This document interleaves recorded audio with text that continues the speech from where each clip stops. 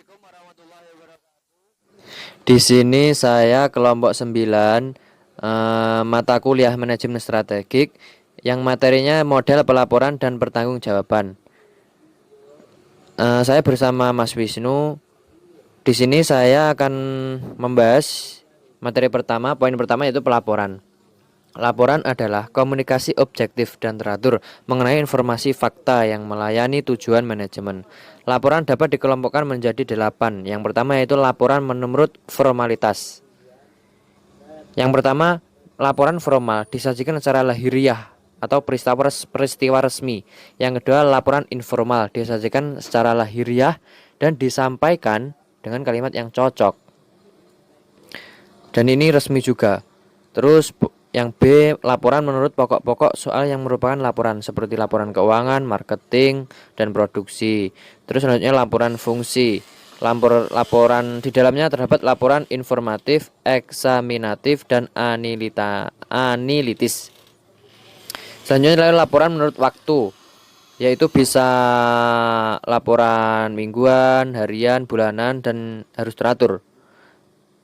Selanjutnya laporan khusus sewaktu-waktu bisa diajukan. Selanjutnya laporan menurut status wewenang. Di dalamnya terdapat laporan publik, laporan swasta pada lembaga tertentu. Selanjutnya laporan menurut hubungan penulis dan pembaca. Di dalamnya terdapat laporan bebas yang ditujukan kepada orang lain, laporan profesional yang ditujukan kepada spesialis atau yang berada di luar negeri atau pakar tertentu. Selanjutnya laporan administratif yang memberi kemudahan dalam pelaksanaan. Selanjutnya laporan lahiriah. Di dalamnya terdapat laporan monorandum, laporan surat, laporan pendek, laporan panjang yang detail. Dan yang terakhir yaitu laporan lain yang merupakan laporan yang tidak dapat dikelompokkan ke dalam laporan-laporan tertentu. Di dalam terdapat laporan perkembangan, pengabsohan yang menyajikan suatu keputusan, dan laporan rekomendasi. Dengan adanya laporan, maka pihak berkepentingan baik internal maupun eksternal bisa saling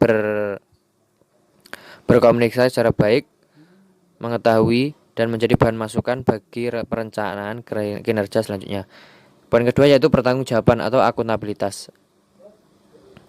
Konsep akuntabilitas bukan merupakan konsep universal selain upward accountable pada menteri, parlemen, dan rakyat. Ruang lingkup akuntabilitas publik mencakup akuntabilitas fisikal, yaitu pertanggungjawaban, akuntabilitas hukum, akuntabilitas program, yaitu pertanggungjawaban atas pelaksanaan, akuntabilitas proses, yaitu pertanggungjawaban atas pelaksanaan aturan, akuntabilitas kinerja. Dan J.D. Stewart mengumumkan ada 5 tingkat, yaitu level 1 akuntabilitas kebijakan, level 2 akuntabilitas program, level 3 akuntabilitas kinerja mencakup nilai efisiensi, level 4 akuntabilitas proses, level 5 akuntabilitas hukum dan perundang-undangan.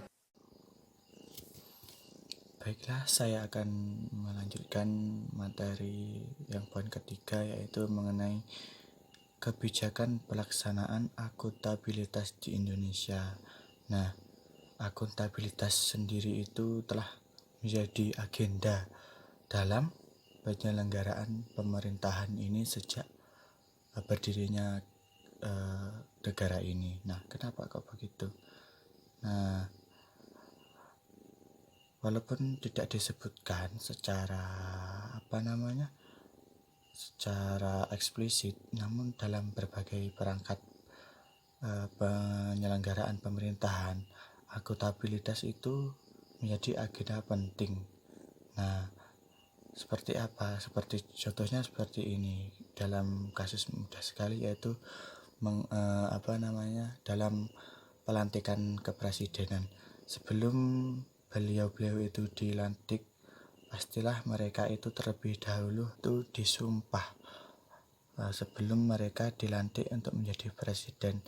Lah, itu sudah menjadi sebuah isyarat bagi kita bahwa akuntabilitas atau tanggung jawab itu sangat penting dalam penyelenggaraan pemerintahan ini. Seperti juga kalau presiden dan wakil presiden tidak menjalankan tugasnya dengan baik, nah maka akan diberhentikan dalam jabatannya. Nah, itu termasuk tanggung jawab juga. Selanjutnya yaitu laporan akuntabilitas kinerja instansi pemerintah. Lah, laporan akuntabilitas kinerja instansi pemerintah itu sendiri apa sih? Laporan akuntabilitas kinerja instansi pemerintah itu adalah sebuah perwujudan kewajiban suatu instansi pemerintah untuk mempertanggungjawabkan keberhasilan dan kegagalan dalam pelaksanaan misi suatu organisasi dalam mencapai sasaran dan tujuan yang telah ditetapkan melalui sistem pertanggungjawaban secara periodik. Nah, maksudnya gimana? Maksudnya begini, secara sederhana, dalam setiap organisasi itu pasti memiliki sasaran dan tujuan. Nah, dalam mencapai sasaran dan tujuan itu pasti memerlukan strategi yang tepat dan akurat. Nah, ketika sebuah tujuan atau sasaran itu tidak tercapai dengan sempurna, nah maka itu tanggung jawab dari si pengelola. Jadi secara sederhananya begitu. Kemudian tujuan dari penyusunan LAKIP itu adalah untuk apa? Untuk mewujudkan akuntabilitas instansi pemerintah kepada pihak-pihak yang telah diberi mandat atau amanah. Nah, dengan demikian LAKIP itu merupakan sarana bagi instansi pemerintah untuk mengkomunikasikan dan menjawab tentang apa yang sudah dicapai dan bagaimana proses pencapaiannya berkaitan dengan mandat yang telah diterima instansi pemerintah tersebut.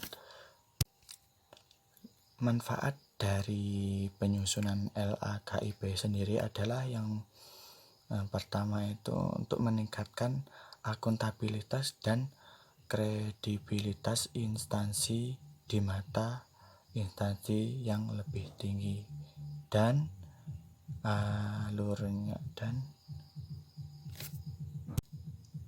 manfaat dari penyusunan LAKIP itu sendiri adalah yang pertama itu meningkatkan akuntabilitas dan kredibilitas instansi di mata instansi yang lebih tinggi dan akhirnya akan meningkatkan meningkatkan kepercayaan masyarakat terhadap suatu instansi tersebut. Nah, kemudian yang kedua yaitu umpan balik. Umpan balik apa? Umpan balik untuk meningkatkan kinerja instansi pemerintah antara lain melalui perbaikan penerapan fungsi-fungsi manajemen secara benar mulai dan perencanaan kinerja hingga kepada evaluasi. Yang ketiga yaitu akan mengetahui dan dapat menilai keberhasilan dan kegagalan dalam melaksanakan tugas dan tanggung jawab dalam instansi. Yang keempat yaitu mendorong instansi pemerintah untuk menyelenggarakan tugas umum pemerintah dan pembangunan secara baik sesuai ketentuan peraturan perundang-undangan yang berlaku. Manfaat dari penyusunan LAKIP sendiri adalah yang pertama itu untuk meningkatkan akuntabilitas dan kredibilitas instansi di mata instansi yang lebih tinggi dan alurnya. Dan